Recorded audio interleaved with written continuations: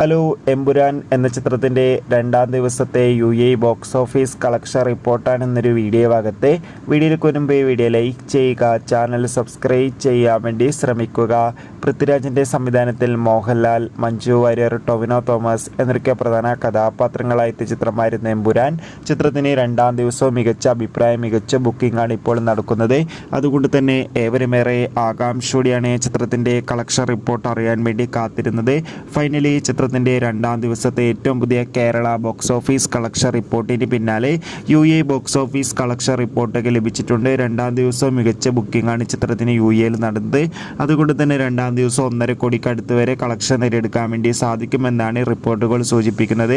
എന്തായാലും കാത്തിരിക്കാം എമ്പുരാൻ എന്ന ചിത്രത്തിൻ്റെ കൂടുതൽ ബോക്സ് ഓഫീസ് കളക്ഷൻ റിപ്പോർട്ടിനായി. ചിത്രം കണ്ടവരുടെ അഭിപ്രായം തീർച്ചയായും കമൻറ്റ് ബോക്സിൽ രേഖപ്പെടുത്തുക. കൂടുതൽ സിനിമാ വാർത്തകൾക്കായി ചാനൽ ഇപ്പോൾ തന്നെ സബ്സ്ക്രൈബ് ചെയ്യുക. Bye bye.